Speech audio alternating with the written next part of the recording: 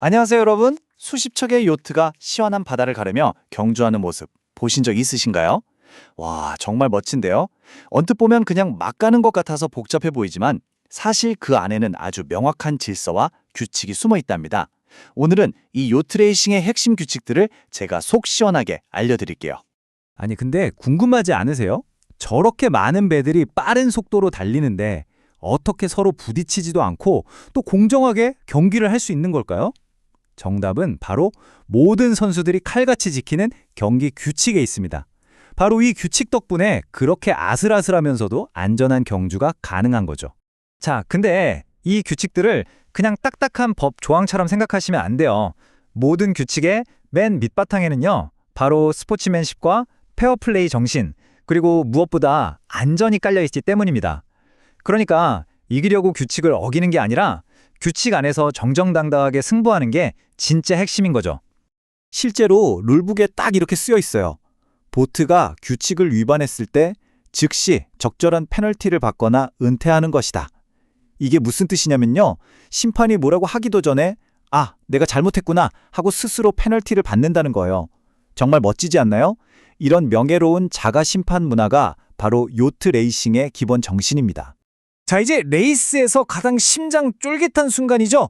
바로 스타트! 여기로 한번 가볼게요. 모든 배들이 출발선에 쫙 늘어서서 동시에 출발하는 모습, 와, 정말 숨막히는 광경인데요. 이 아수라장 같은 상황이 어떻게 딱 질서정연하게 시작될 수 있을까요? 보통 5분 카운트다운으로 시작하는데요. 각 단계마다 깃발이 올라가고 또 소리도 울려요. 5분 전에 경고 신호로 시작해서 4분 전, 준비, 1분 전 마지막 신호를 거쳐서 마침내 깃발이 내려가면서 경기가 시작되는 거죠. 이 짧은 시간 동안 선수들은 최고의 자리를 차지하려고 정말 치열한 눈치 싸움을 벌입니다. 팽팽한 긴장감이 그대로 느껴지죠. 근데 여기서 궁금한 게 있죠. 만약에 너무 흥분해서 땡 하기도 전에 선을 먼저 넘어버리면 어떻게 될까요? 네, 맞아요. 당연히 그러면 안 되겠죠. 그걸 조기 출발이라고 하는데 당연히 페널티가 있습니다. 근데 이게 페널티 종류가 좀 여러 가지예요. 주최 측에서 경기 시작 전에 깃발로 이번엔 이 규칙으로 합니다 하고 미리 알려줘요. 예를 들어 깃발이 올라가면 그나마 다행이에요. 실수로 먼저 나갔어도 다시 라인 뒤로 돌아왔다가 출발하면 되거든요. 하지만 가장 무서운 블랙 깃발 상황에서 조기 출발을 했다? 그럼 그냥 그 자리에서 실격이고요. 경기를 다시 해도 뛸 수가 없어요. 정말 치명적이죠. 자, 이제 바다 위의 도로교통법에 대해 알아볼 시간입니다. 배들이 막 달리다가 서로 마주쳤을 때 충돌하지 않으려면 누가 비켜줘야 할까요? 이 우선권 규칙만 제대로 알아도 레이스가 훨씬 재밌어 보일 거예요. 자, 이걸 이해하려면 택이라는 걸 먼저 알아야 하는데요. 어렵지 않아요. 배가 바람을 어느 쪽에서 받느냐, 이걸 말하는 거거든요. 아주 쉽게 설명해 드릴게요. 돛 아래에 붐이라는 긴 막대가 있잖아요. 여러분이 그걸 잡았다고 상상해 보세요. 오른손이 앞에 가 있죠? 그럼 여러분은 스타보드 택으로 가고 있는 거예요. 반대로 왼손이 앞이면 포트 택이고요. 쉽죠? 이 택이 왜 중요하냐? 바로 요트 레이싱의 황금률 때문입니다. 두 배가 서로 다른 택으로 오다가 마주치잖아요. 그럼 무조건 포트 택 포트가 스타보드 택 포트에게 길을 비켜줘야 해요. 스타보드 택이 절대적인 우선권을 갖는 겁니다. 그냥 스타보드가 왕이다 이렇게 외우세요. 그럼 만약에 둘 다 스타보드 택으로 같은 방향으로 가고 있으면 어떡하죠? 그럴 땐 누가 비켜야 할까요? 자, 이때는 리워드와 윈드워드라는 개념이 나옵니다.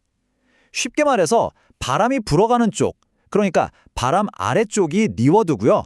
바람이 불어오는 쪽, 즉 바람 위쪽이 윈드워드예요. 이렇게 두 배가 나란히 갈 때는요. 바람 아래쪽에 있는 리워드 보트한테 우선권이 있습니다. 위쪽에 있는 윈드워드 보트가 길을 비켜줘야 해요. 왜냐하면 위쪽 배가 길을 막아버리면 아래쪽 배는 바람을 제대로 못 받아서 속도가 확 줄어버리거든요. 그러니까 방해하지 말라는 거죠. 그리고 마지막 세 번째, 기본 상황. 이건 너무 당연한 얘기예요. 앞서가는 배가 있는데 뒤에서 따라오는 배가 알아서 피해야죠. 안 그런가요? 아주 간단하죠? 자, 지금까지 말씀드린 이 세 가지만 딱 기억하시면 기본적인 우선권은 다 아시는 겁니다. 레이스를 보다 보면 정말 아슬아슬하고 손에 땀을 쥐게 하는 순간들이 있는데 그게 바로 코너에 설치된 마크를 돌 때예요. 수많은 배들이 저 좁은 부표 하나를 돌려고 한꺼번에 몰려드니까 와, 정말 전쟁터가 따로 없거든요. 그래서 여기에만 적용되는 아주 특별한 규칙이 있습니다. 먼저 존이라는 개념부터 아셔야 돼요. 마크 주변에 눈에 보이지 않는 동그란 원이 그려져 있다고 생각하시면 돼요. 일종의 특별구역 같은 거죠. 배가 이 존에 딱 들어서는 순간부터 일반 규칙이 아니라 이 마크 돌기 특별 규칙이 적용되기 시작합니다. 그리고 이 존 안에서 가장 중요한 게 뭐냐? 바로 마크룸입니다. 이름 그대로예요. 마크를 안전하게 돌기 위해 필요한 공간, 룸을 뜻하는 건데요. 이 존 안에서는 특정 상황에 다른 배를 위해서 이 공간을 내어줘야만 합니다. 자, 가장 흔한 경우로 한번 볼게요. 두 배가 나란히 겹친 상태로 존에 들어왔어요. 그럼 누가 우선일까요? 바로 마크에 더 가까운 안쪽 배입니다. 바깥쪽 배는 안쪽 배가 안전하게 마크를 싹 돌 수 있도록 공간을 비워줘야 해요. 안쪽으로 확 꺾어 들어와서 길을 막으면 절대 안 된다는 거죠. 먼저 좋은 자리를 잡은 배의 권리를 지켜주는 겁니다. 자, 그럼 만약에 이런 규칙들을 어기면 어떻게 될까요? 심판이 와서 막 레드카드 주고 그럴까요? 아니요. 여기서 바로 처음에 말씀드렸던 그 스포츠맨십 정신이 다시 한번 빛을 발합니다. 경기를 멈추지 않고 그 자리에서 바로 해결하는 아주 멋진 방법이 있거든요. 만약에 선수가 아차, 내가 실수했다, 규칙 어겼네 라고 스스로 판단하면요, 얼른 다른 배들한테 방해 안 되는 곳으로 빠져나와요. 그리고는 그 자리에서 뱅글뱅글 보통 360도 턴을 두 바퀴 돕니다. 이렇게 스스로 벌칙을 다 하고 나면 자, 이제 죗값 치렀다 하고 아무 일 없었다는 듯이 다시 레이스에 복귀하는 거죠. 실제 규칙집에도 이렇게 나와 있어요. 규칙을 위반했을 가능성이 있을 때 페널티를 받을 수 있다고요. 누가 시켜서 하는 게 아니라 본인의 양심에 따라 하는 거죠. 이게 바로 규칙이 처벌을 위한 게 아니라 공정한 경쟁을 위한 틀이라는 증거고요. 요트가 정말 신사적인 스포츠라는 걸 제대로 보여주는 부분입니다. 결국 이렇게 복잡해 보이는 규칙들은요, 사실 단 하나의 목표를 향하고 있는 거예요.